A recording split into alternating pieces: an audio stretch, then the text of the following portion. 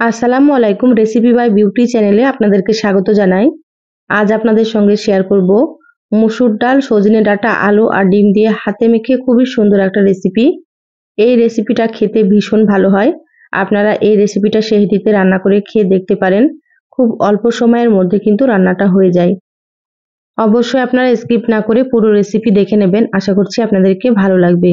তো চলুন কথা না বাড়িয়ে রেসিপি শুরু করি। এখানে দেখুন ৩টে ডিম সেদ্ধ করে নিয়েছি।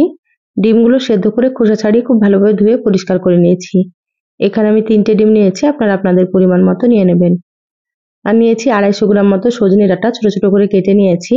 আর এখানে দেখুন ২টো আলু কেটে নিয়েছি। আলুগুলো আমি লম্বা লম্বা করে কেটেছি। আর এখানে দেখুন ২টো টমেটো কেটে নিয়েছি। আর এখানে কয়েকটা নিয়েছি কাঁচামরিচ। এবার এখানে নিয়ে নিচ্ছি ১০০ গ্রাম মতো মসুর ডাল। তো এখানে সবকিছু আমি পরিমাণ মতো নিয়েছি, আপনারা কিন্তু আপনাদের পরিমাণ মতো নিয়ে নেবেন। এবার এখানে দেখুন একটা কড়াই নিয়ে নিলাম। এবার আমি এখানে মসুর ডালগুলো নিয়ে নিচ্ছি। ডালগুলো খুব ভালোভাবে ধুয়ে পরিষ্কার করে নিয়েছি কয়েকবার পানি পাল্টিয়ে। সম্পূর্ণ এখানে ডালগুলো আমি নিয়ে নিলাম। এবার আমি এখানে নিয়ে নিচ্ছি সজনে ডাঁটা।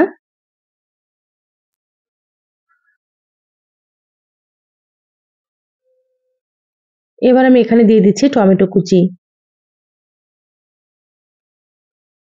এই রেসিপিতে টমেটোর পরিমাণ একটু বেশি দিলেই কিন্তু খেতে ভালো লাগবে, সেজন্য একটু বেশি করে দিয়ে দিলাম। এবার আমি দিয়ে দিচ্ছি এখানে কেটে রাখা আলু। আর দিয়ে দিচ্ছি এখানে বড় সাইজের ২টো পেঁয়াজ কুচি। পেঁয়াজের পরিমাণ একটু বেশি দিতে হবে। আর দিয়ে দিলাম এখানে চেরা কাঁচামরিচ। তো এখানে ৪-৫টা মতো চেরা কাঁচামরিচ দিয়ে দিলাম। আপনারা ঝাল বুঝে কাঁচামরিচটা দিয়ে দেবেন।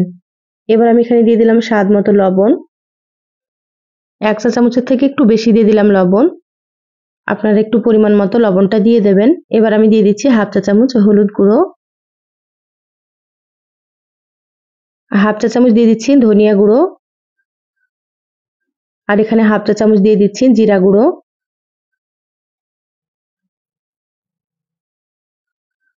আর ১/২ চা চামচ মতো দিয়ে দিচ্ছি এখানে মরিচের গুঁড়ো। যেহেতু কাঁচামরিচ দিয়েছি সেজন্য এখানে অল্প করে দিয়ে দিলাম। আপনারা যেমন ঝাল খাবেন সেইভাবে করে এখানে মরিচ গুঁড়ো দিয়ে দেবেন। এবার দিয়ে দিচ্ছি ২ টেবিল চামচ সরষের তেল। এই রান্নাটা সরষের তেলে বেশি ভালো লাগবে খেতে। আপনারা চাইলে কিন্তু সয়াবিন তেল দিয়েও রান্না করতে পারেন। এখানে একটা তেজপাতা দিয়ে দিলাম। এবার সবগুলোকে হাত দিয়ে খুব ভালোভাবে মেখে নেব। আর সরষের তেলটা আবার একটু লাগবে, সেটা আপনাদেরকে আমি দেখিয়ে দেব। সুন্দর করে মেখে নিতে হবে। যত ভালোভাবে মাখা হবে রান্নাটা কিন্তু ততই বেশি ভালো লাগবে। আর এই কাজটা কিন্তু হাত দিয়ে করে নিলে ভালো হয়। এবার আমি এখানে ১ চামচ মতো দিয়ে দিলাম আদা বাটা। আর দিয়ে দিচ্ছি ১ চামচ রসুন বাটা। এবার আদা রসুনটা দিয়ে আবারও খুব ভালোভাবে মেখে নেব। তো যারা ভিডিওটি ইউটিউব চ্যানেল থেকে নতুন দেখছেন, প্লিজ চ্যানেলটা সাবস্ক্রাইব করে চ্যানেলের সাথেই থাকবেন। যারা ফেসবুক পেজ থেকে ভিডিওটি দেখছেন, একটা লাইক দিয়ে পেজটা ফলো করে রাখবেন পরবর্তী ভিডিও নোটিফিকেশন পাওয়ার জন্য। দেখুন সুন্দর করে হাত দিয়ে চটকে মেখে নিলাম। এইভাবে করেই কিন্তু মেখে নিতে হবে। মাখা হয়ে গিয়েছে।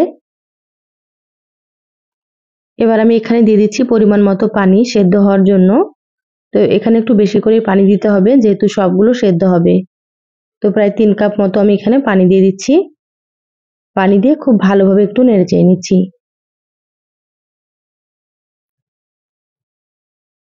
দেখুন খুব ভালোভাবে একটু নেড়েচেড়ে নিলাম। এবার আমি ঢাকা দিয়ে দিচ্ছি। তো এখনো কিন্তু আমি গ্যাসটা জ্বালাইনি। এবার আমি গ্যাসটাকে জ্বালিয়ে দেব।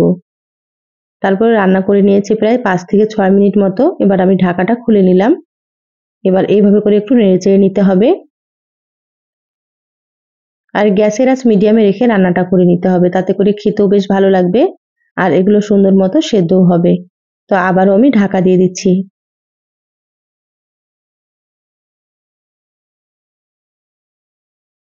প্রায় ১২ মিনিট মতো রান্না করে নিয়েছি। এবার আমি ঢাকাটা খুলে নিলাম। এবার দেখে নেব এগুলো সেদ্ধ হয়েছে কি। দেখুন আলুগুলোও কিন্তু সুন্দর সেদ্ধ হয়ে গিয়েছে। মসুর ডাল, সজনে ডাঁটা সবকিছু সুন্দর মতো সেদ্ধ হয়ে গিয়েছে। এবার আমি ঢাকা দিয়ে এটাকে অন্য চুলাতে একটু দিয়ে দিচ্ছি।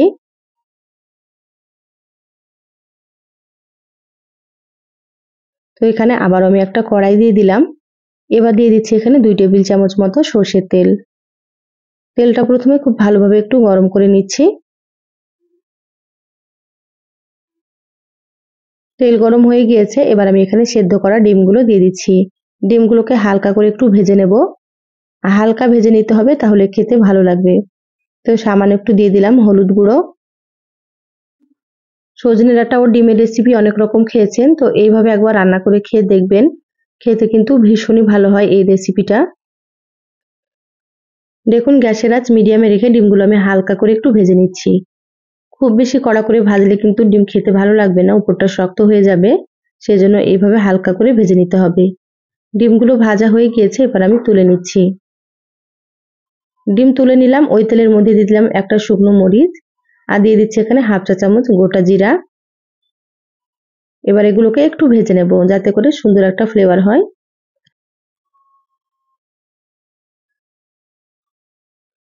দেখুন জিরাগুলো ভাজা হয়ে গিয়েছে।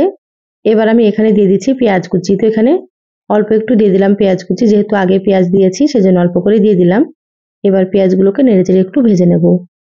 সুন্দর করে লালচে করে ভেজে নিতে হবে। তো আমার চ্যানেলে আরো অনেক রেসিপি আছে, চাইলে আপনারা কিন্তু রেসিপিগুলো দেখে নিতে পারেন। আমি সবসময় ঘরে থাকা উপকরণ দিয়ে রেসিপিগুলো দেখানোর চেষ্টা করি। খেতে ভীষণই ভালো হয়। আপনারাও একবার রান্না করে খেয়ে আমাকে কমেন্ট করে জানাবেন আপনাদেরকে কেমন লেগেছে। দেখুন পেঁয়াজগুলো ভাজা হয়ে গিয়েছে, এবার আমি নামিয়ে নিলাম। এবার কড়াইয়ের ঢাকনাটা খুলে নিয়েছি। এবার বাগারটা দিয়ে দিচ্ছি। এইভাবে বাগারটা দিলে কিন্তু খেতে অনেক বেশি ভালো লাগবে। তো অবশ্যই কিন্তু আপনারা এইভাবে বাগার দিয়ে নেবেন।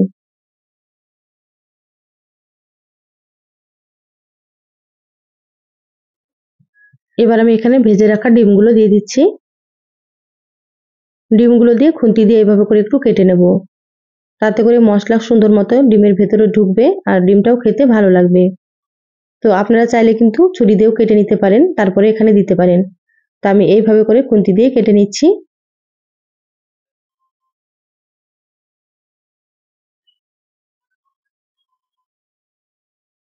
এবার একসাথে খুব ভালোভাবে একটু নেড়েচেড়ে মিশিয়ে নেব।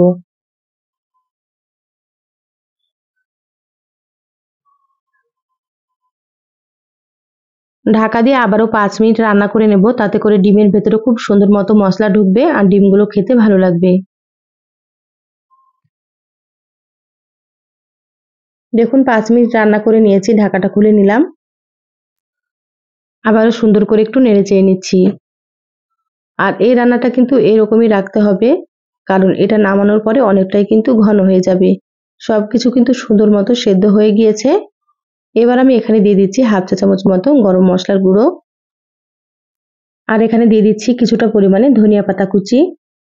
গরম মসলা আর ধনিয়া পাতাটা দিলে কিন্তু ফ্লেভারটা খুবই ভালো আসবে। তা আপনারা এখানে অবশ্যই একটু দেওয়ার চেষ্টা করবেন। এবার গরম মসলা আর ধনিয়া পাতাটা নেড়েচেড়ে খুব ভালোভাবে মিশিয়ে নেব।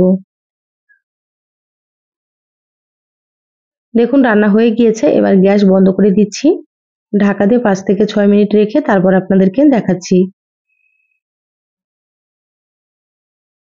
দেখুন 6 মিনিট পর বলে ঢেলে নিয়েছি। আর রান্নার কালারটা দেখুন কতটা সুন্দর হয়েছে। দেখে হয়তো বুঝতে পারছেন, খেতেও কিন্তু ভীষণই টেস্ট হয়। তো একবার অবশ্যই রান্না করে আপনারা খেয়ে দেখবেন। বাড়ির ছোট থেকে বড় সকলেই কিন্তু খুবই পছন্দ করবে। এই রেসিপিটা কিন্তু মাছ মাংসের স্বাদকেও হার মানাবে। তো কেমন লাগলো চ্যানেলের কমেন্ট বক্সে কমেন্ট করে জানাবেন। ভালো লাগলে একটা লাইক দিয়ে যতটা সম্ভব আপনারা ভিডিওটা শেয়ার করে দিবেন। সবাই অনেক বেশি ভালো থাকবেন, সুস্থ থাকবেন। দেখা হবে আবারও কোনো নতুন রেসিপিতে। ধন্যবাদ সবাইকে। আল্লাহ হাফিজ।